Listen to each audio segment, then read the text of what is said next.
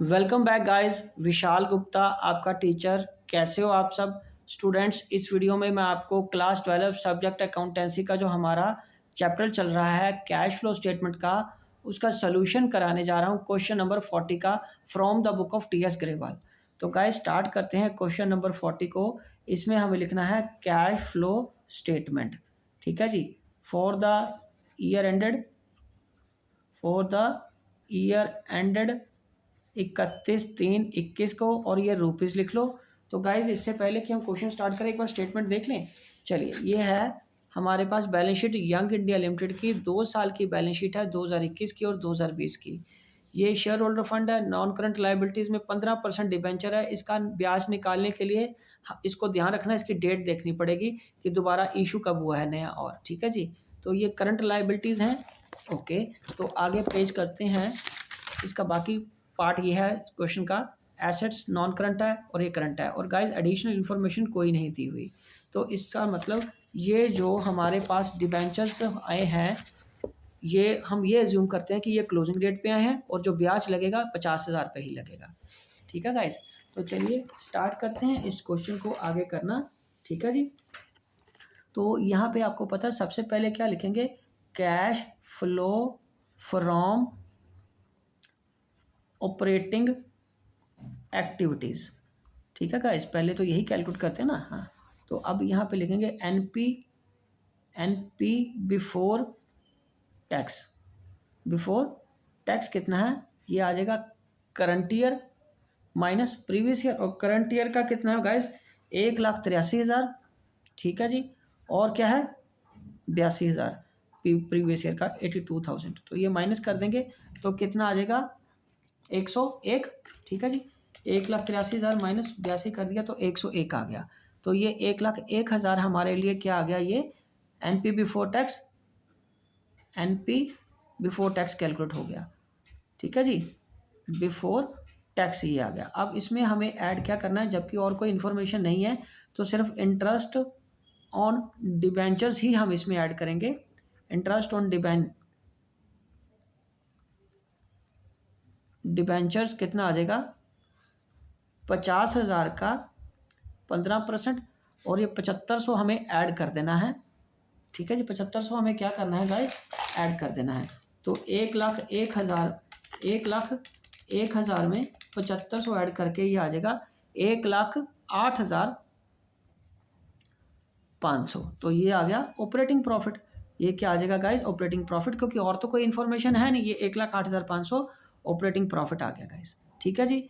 Before working capital changes. अब guys हमें working capital का इम्पैक्ट लेना है, इम्पैक्ट ऑफ वर्किंग कैपिटल का। ठीक है जी। उसमें मैं पहले क्या करूँगा, add decrease in current asset. Add क्या करेंगे, increase in current liability less decrease in current liability less increase in current asset. ठीक है। तो एक एक करके देखते जाते हैं क्यों कौन सी चीज़ कहाँ नहीं है। ट्रेड पेबल्स क्या है, लाइबिलिटी बढ़ रही है तो यहाँ आ जाएगा ट्रेड पेबल्स। ठीक है जी। और वो कितना आपके पास बढ़ रहा है, वो 110 था 150 हो गया, तो 40,000 का बढ़ रहा है, तो 40,000 ये आ जाएगा। उसके बाद क्या है, अदर करंट लाइबिलिटी क्या हुई है, कम हो रही है। ठीक है। तो यहाँ पे आ जाएगा अदर करंट लाइबिलिटी कितने की कम हुई है गाइस, 8,000 से। तो 8,000 हम यहाँ पे लेस कर देंगे। उसके बाद क्या है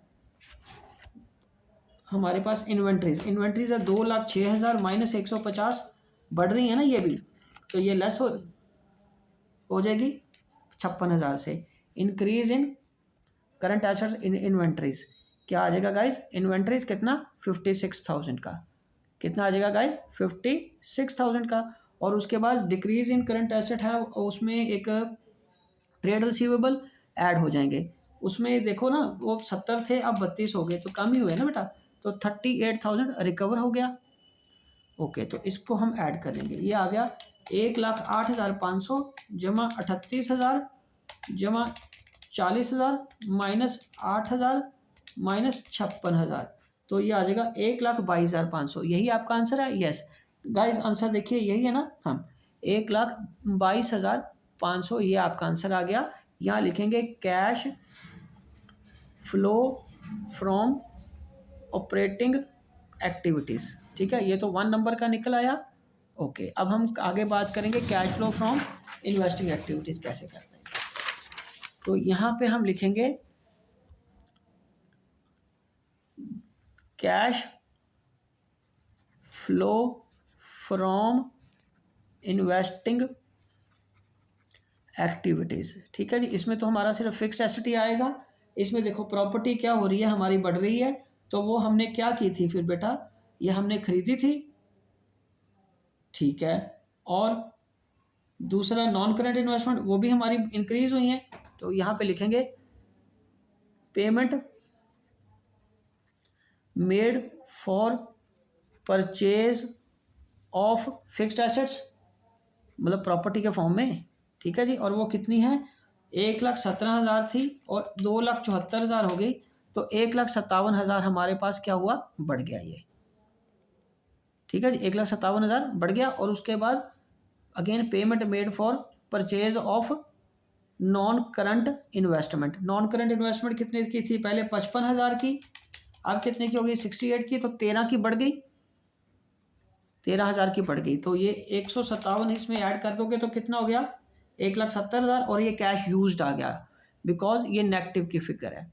तो यहाँ आ जाएगा cash used in investing activities. ठीक है, अब तीसरा क्या आएगा, cash flow from financing activities.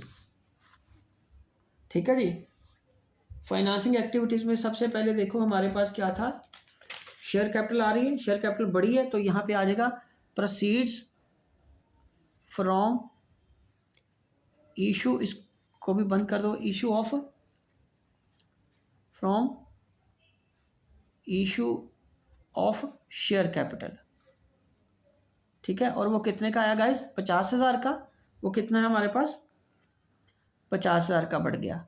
ठीक है जी, वो कितना बढ़ गया, शेयर कैपिटल 50,000 की बढ़ी। उसके बाद proceeds from issue of debentures, वो कितने का, 30,000 का। ठीक है, और अब इसमें क्या करेंगे, payment of interest on debentures, और वो कितना था डिबेंचर्स पे, 7,500, 80,000 माइनस 7,500, 72,500। तो कितना आ गया गाइस, ये 72,000 cash flow from financing activities. Cash flow from financing activities. ठीक है जी, अब यहाँ पे ये देखो एक एक करके आंसर मिलाओ। पहले देखो ये हमारे पास हम क्या सॉल्व किया था हमने, ऑपरेटिंग का, ये रहा ऑपरेटिंग का। ओके बेटा, ये ऑपरेटिंग का आंसर कितना आया, 1,22,500। ठीक है जी, और उसके बाद हमने ये इन्वेस्टिंग सॉल्व किया, इन्वेस्टिंग का, ये दोनों पेमेंट्स थी। ठीक है जी, फिक्स्ड एसेट वाली, तो ये हमारा 170 यूज्ड आ गया। उसके बाद क्या है, 72,500 ये फाइनेंसिंग का। अब हमें नेट बैलेंस देखना है, तो यहाँ लिखेंगे net cash flow from all activities, और वो क्या है 1 + 2 + 3, तो वो क्या आ गया, 1,22,500 माइनस 1,70,000 जमा 72,500, ये आ गया 25,000। क्या आ गया ये, 25,000। ओके जी, और उसमें ऐड क्या करना है, opening cash and cash equivalent, और वो कितना है गाइस, ओपनिंग 70,000 का, तो ये कितना आ गया 95,000 का, ये कितना आ गया 95,000 का। तो ये क्या आ जाएगा, closing cash and cash equivalent. ठीक है जी, ये आपका आंसर रहा। 95,000 यही है ना आपका आंसर, क्योंकि देखो क्लोजिंग कैश का बैलेंस 95,000 ही है जो 31 मार्च 2021 की बैलेंस शीट में है। ठीक है गाइस, तो इसी के साथ ये क्वेश्चन कंप्लीट होता है और मैं ये वीडियो भी यहीं कंक्लूड करता हूँ। आई होप कि आपको अच्छे से समझ आ गया होगा। आप इसी तरह मेरे चैनल को सब्सक्राइब करके अपना कोर्स कंप्लीट करते रहिए और रिवीजन भी यहीं से कर लेना। ओके जी, डन।